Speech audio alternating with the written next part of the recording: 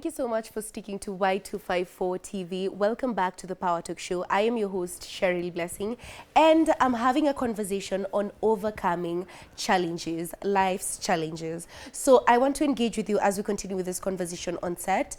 Go to our platforms at Y254 and let me know what is one thing that you're finding challenging today. What's one thing that you're struggling to deal with, you're struggling to overcome?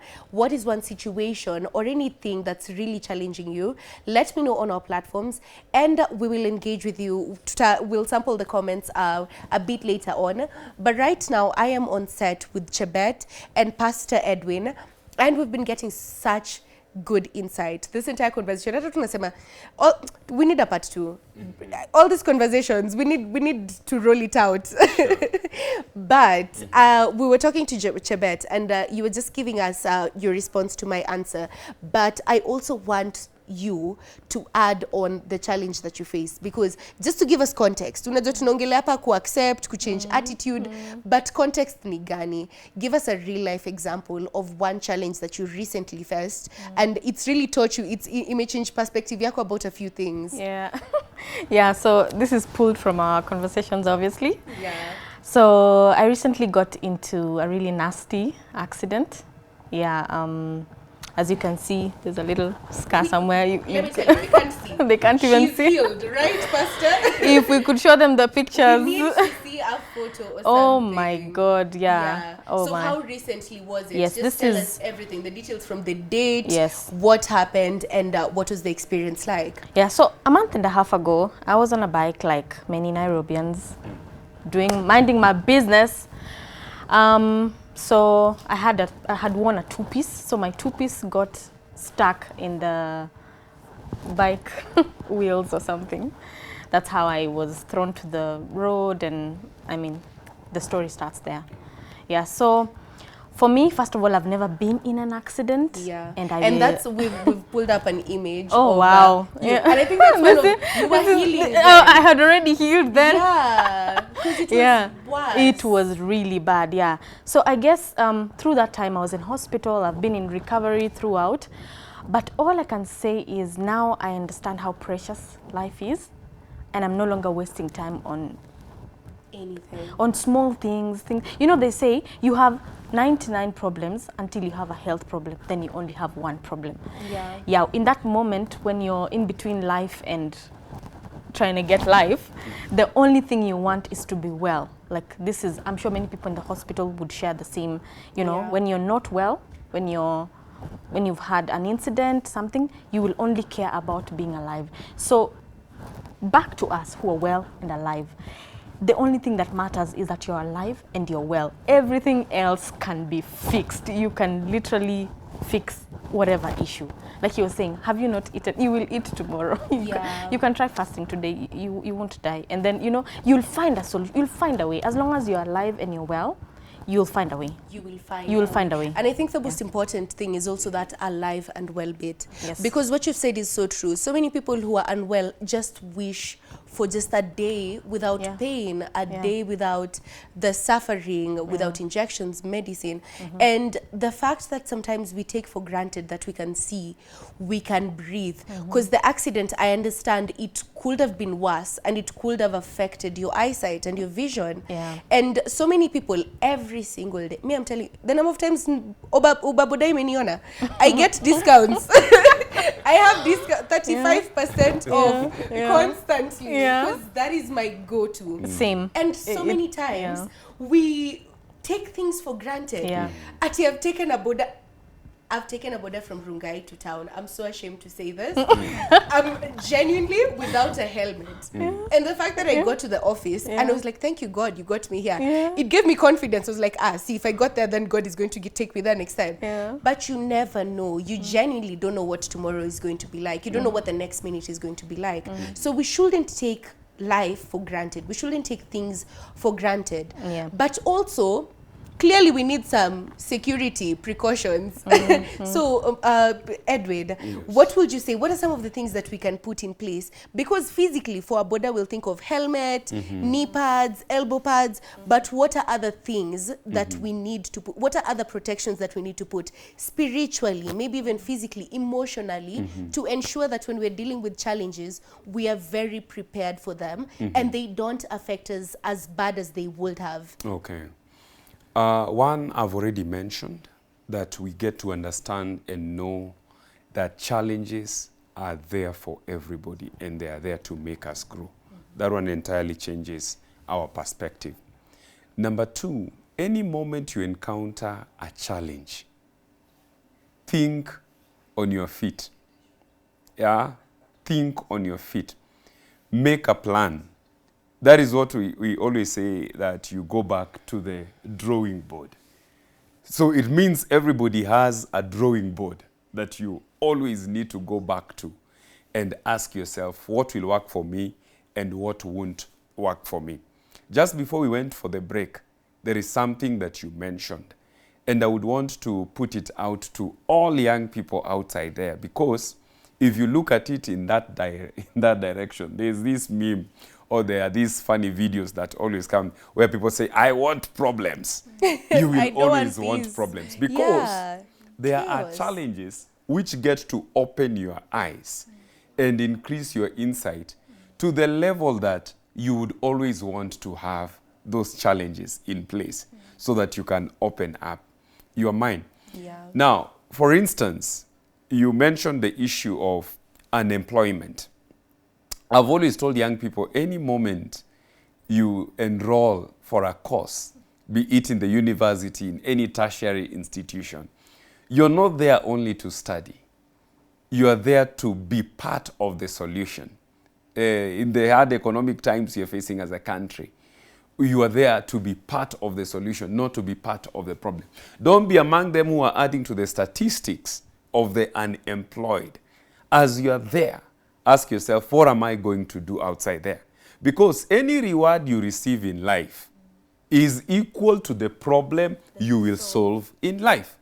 I don't know whether that is clear unto anybody. It is. I think the it's rewards just of pure life math equation. depend on the problems. I would want to put this one even for the men of God. If at all you are a solution to people, then those people will become a blessing to your life. You gave us an example of David. When David went to Saul, he did not go with anything else in mind. He went with the reward in mind. He went and asked around, what did you say will be given to the man who will slay this giant?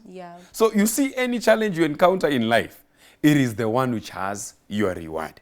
And the moment you look at it that way, then each and every day, it will be you penning the challenges and trying to find what are the solutions to these challenges.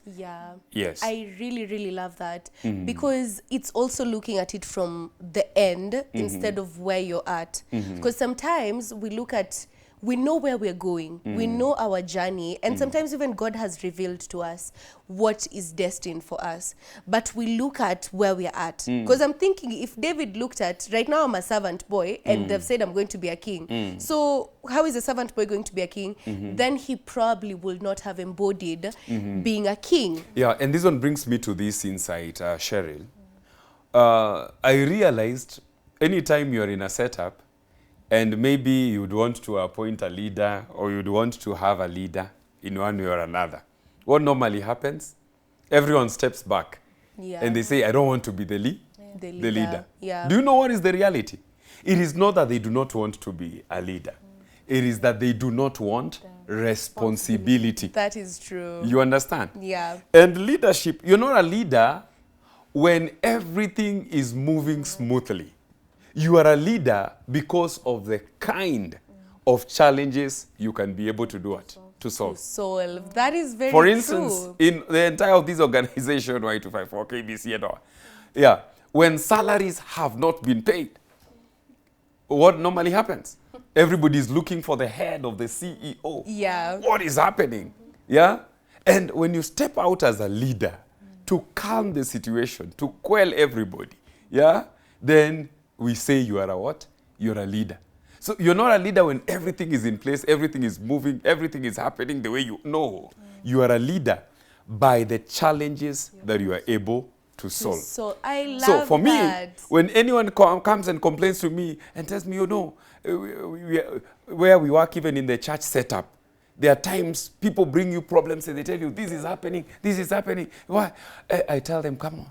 That is the reason as to why you are a leader. Can you qualify yourself by solving that challenge? You know, And I love that. If I may, I agree with him, but I'd also like to add that one of the ways to solve our issues in life is to also choose our battles wisely.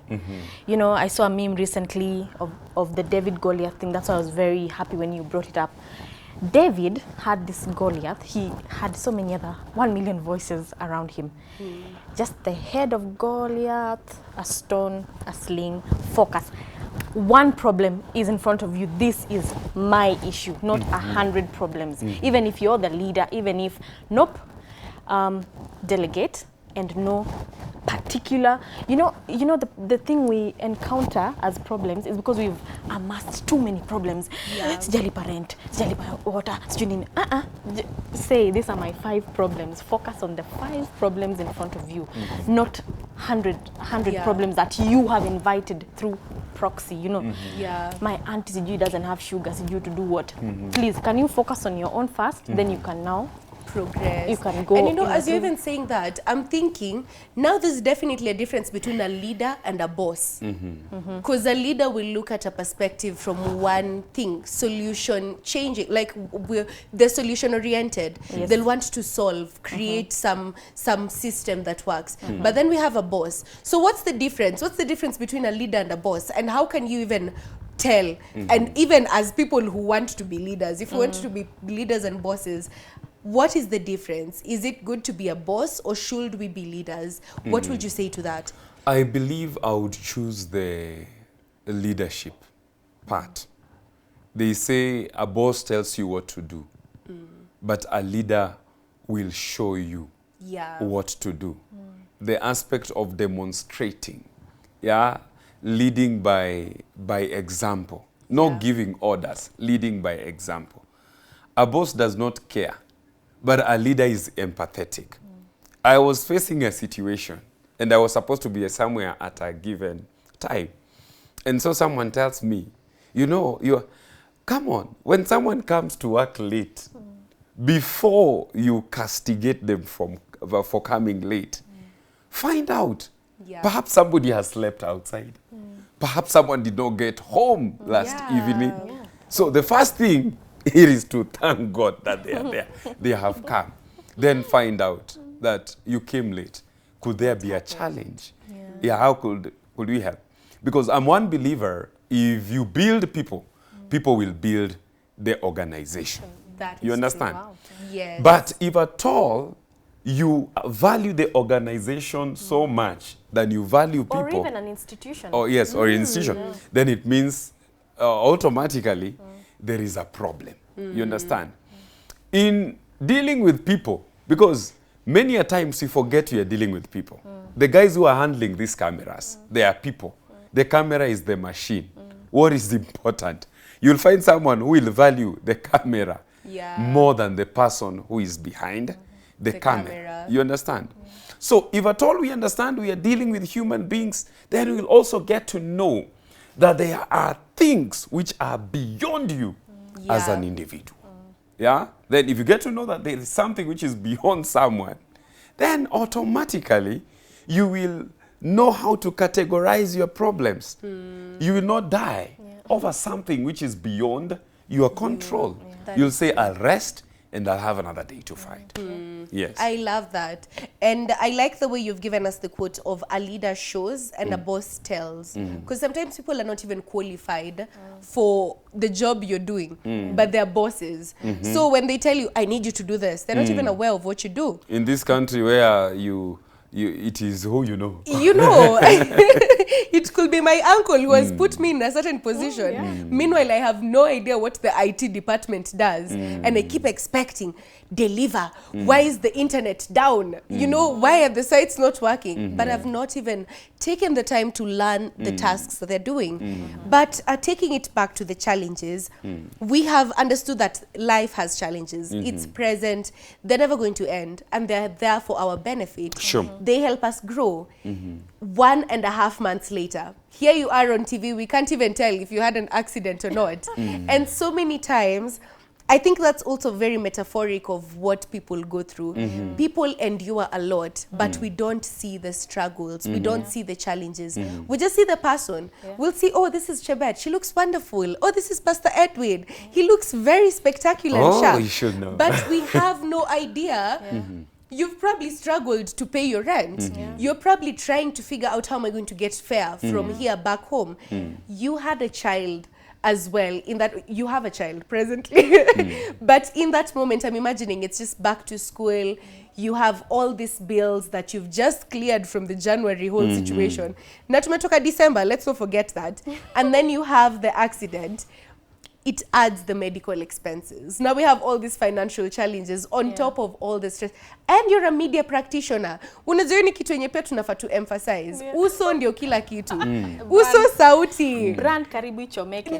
Yo. Karibu ichomeke. The devil was trying. Trying. So how did you overcome that? How did you overcome that trial period where you probably felt like, all these things are going wrong, or all these things are just on my neck right now? How did you overcome, and how are you here today glowing like nothing has happened very recently? Well, Cheryl, you know that I love life. I love laughing. I love talking to people. I just love life, and that helped me heal very quickly because I interact a lot. I'm heavy on social currency. I always say I will never suffer because I know someone, even if I don't have a coin. Please know people, and not just people in high places, people in low places, in medium places. Know people. You will not, you will, you know, your burdens will be lesser when you have social currency. It pays for so much more than money can pay for you, because I know someone who can talk to Nani, who can talk to Nani for me, and they'll be able to help me with one thing or another. And then surround yourself with people, happy thoughts. And then I'm a believer, obviously. I pray a lot. And I would say I would not have been able to go through this thing without God. Because in that secret place, there were moments when I was alone and I was going to the mirror and my face is literally discombobulated. It's like halfway, you know. And you're like, who is this person? I have never seen that in my life, you know, in the 29 years of my living. But I knew I would get back to, nothing can break my spirit. You can try breaking my face, you can try breaking my hands, my feet, but not my spirit. And that keeps me, don't let people break your spirit and your soul. Just whatever life throws at you, please always try to remain afloat. And you can do that by praying, by having something that you commune with that is much higher than what we with. I like that, because if you're in a dark space, look for light. It's like looking for the look for light quickly. Because it's going to help bring the light back to your space. If you have positive friends, if you keep thinking, oh my God, is my face ever going to recover? If someone comes and tells you you're beautiful regardless, and you're going to look okay, it's going to the cells, they regenerate so fast, by the way. I don't think we even think about that.